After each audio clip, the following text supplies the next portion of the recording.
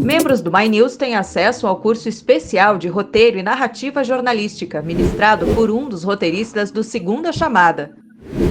Mais um benefício exclusivo para os membros do canal. E aí, quer aprender com a gente também?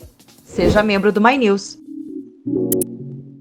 O ex-presidente Lula foi preso em abril de 2018, passou 580 dias na carceragem da Polícia Federal, em Curitiba, e agora, em abril de 2021, 3 anos depois, o STF decidiu dar razão para a defesa de Lula, que desde 2016 dizia que os processos do ex-presidente não deveriam ser julgados no Paraná, na tal República de Curitiba. As condenações foram anuladas por 8-3, mas o julgamento ainda não acabou. Na quinta-feira, os ministros devem voltar a discutir sobre a suspeição de Sérgio Moro, isto é, decidir se ele foi parcial em outros processos do Lula, e o Moro já foi considerado suspeito no processo do Triplex pela segunda turma. Agora a defesa quer a mesma decisão para outros casos, como o do sítio de Atibaia. Pode falar, Pedro.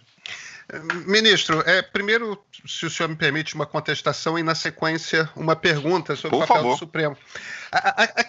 Eu acho que tem uma questão aí nos vazamentos, que é uma coisa que se tornou, principalmente por parte do PT, um discurso continuado. Vazavam para a imprensa, vazavam para a imprensa, vazavam para a imprensa. Esse é um debate que em democracias existe há algumas décadas, e em lugares, na Europa, nos Estados Unidos, esse tipo de questão sequer se levanta mais. A autoridade... Se um funcionário público tem a obrigação de manter um segredo, essa é uma responsabilidade do funcionário público. Agora, a partir do momento que ele vaza uma determinada informação para a imprensa, o papel do jornalista é tornar aquilo público. Não é a responsabilidade dele manter esse tipo de segredo. Eu só quero, eu acho, ministro, que existem muitas questões que a gente pode debater, sim, a respeito do papel da imprensa no que vem acontecendo no Brasil de 2013 para cá. Agora, publicar informação que é vazada, se alguém comete algum tipo de crime, é quem vaza, não é o jornalista que publica. Isso posto, uma questão a respeito da questão da avaliação por parte do Supremo de que o juiz Sérgio Moro, ex-ministro da Justiça, então juiz Sérgio Moro, não era competente para julgar a questão do ex-presidente Lula. Essa decisão não veio tarde, não? Eu não estou entrando no mérito da decisão, não. Estou partindo do princípio de que a decisão esteja correta. Não era da competência de Curitiba julgar o ex-presidente Lula. Tudo certo. Lula foi preso por quase 2 anos. Esquece que ele foi presidente da República. Ele foi preso durante quase 2 anos. Ele foi proibido de participar de uma eleição na qual ele tinha chance de chegar à presidência da República. Quer dizer, houve uma interferência na vida dele e houve uma interferência de igual gravidade na vida política do país. O Supremo não tomou essa decisão muito tarde, não? Não, acho que sim. Acho que sim. Inclusive, se você olhar, o precedente inicial que diz que Curitiba não era competente a não ser para coisas envolvendo exclusivamente crimes da Petrobras, e não só isso, crimes praticados a partir daquela diretoria do Paulo Roberto Costa, que envolvia, inclusive, a participação na lavagem do tal Youssef, que alguns dizem, agora alguns de vocês, dizem que o Youssef é um tipo de delator de estimação do Moro, que ele já operava na Lava Jato, no Banestado, e agora vira também um ator importante, chave, na Lava Jato.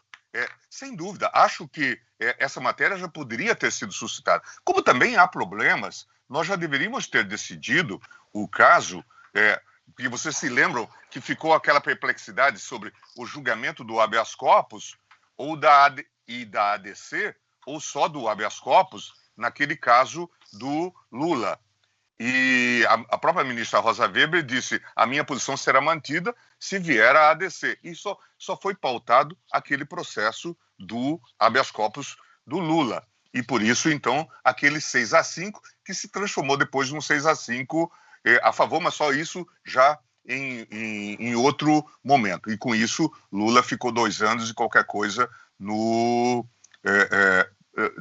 presídio lá no Paraná. 580 dias, quase 2 anos. Quase 2 anos. Mas, mais do que isto, devo dizer também que aqui houve um mudancismo nessa coisa de turma e plenário, porque na turma havia maioria para conceder o habeas corpus do Lula. Com o meu voto, com o voto do ministro Celso, com o voto do ministro Toffoli, e o ministro Fachin fez o movimento de levar a matéria para o plenário. Portanto, também isso não fala bem de nós, fala da responsabilidade do Supremo Tribunal Federal.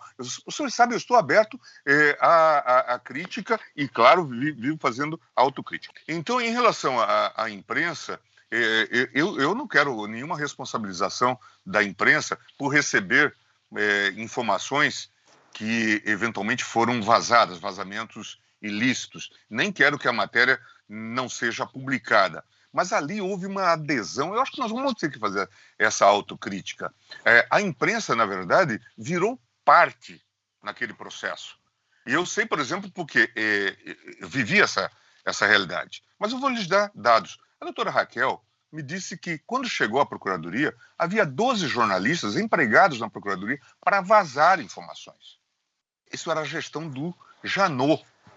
Portanto, isso é uma forma de corrupção da própria imprensa.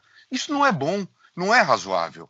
Não parece que seja bom. Eu sofri, como vocês sabem, ataques terríveis. Mas eu estou para isso, como vocês sabem. Sou treinado para isso, enfrento com galhardia e com desassombro. Mas atacavam minha mulher também.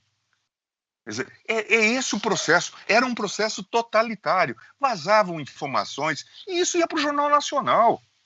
Ou jornalista que vira ghostwriter de procurador, como vocês viram nessas informações. Isso é correto? Não, não é.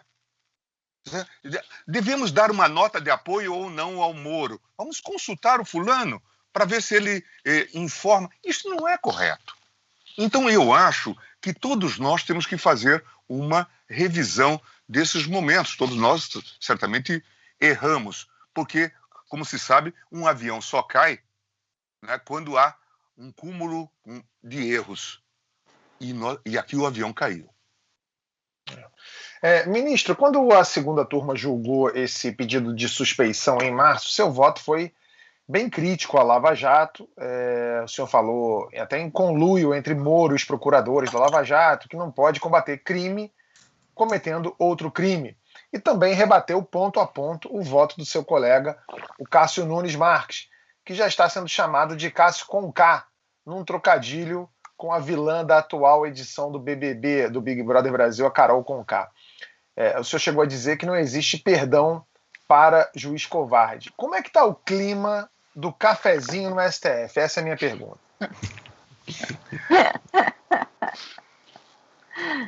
Vocês sabem que eu sou assim, bastante enfático, né? Às vezes um pouco mais que enfático nos debates. Mas depois o assunto para mim se encerra e a vida segue normalmente. Acho, então eu peço desculpas, às vezes eu reconheço que exagero e faço isso na defesa da coisa pública, da República. Fiz isso recentemente, vocês viram, nesse debate que tivemos na quarta-feira, a propósito da questão dessas idas e vindas de processos que o ministro Fachin propiciou, esse processo do Lula, esse HC, vai para o pleno, volta para a turma. Não me parece que isso deva ficar em sigilo. É preciso que as pessoas saibam que há esse tipo de expediente e isso deve ser considerado. Mas, assim como eu sou, às vezes, forte nas críticas também, eu procuro ser justo e pródigo nos elogios.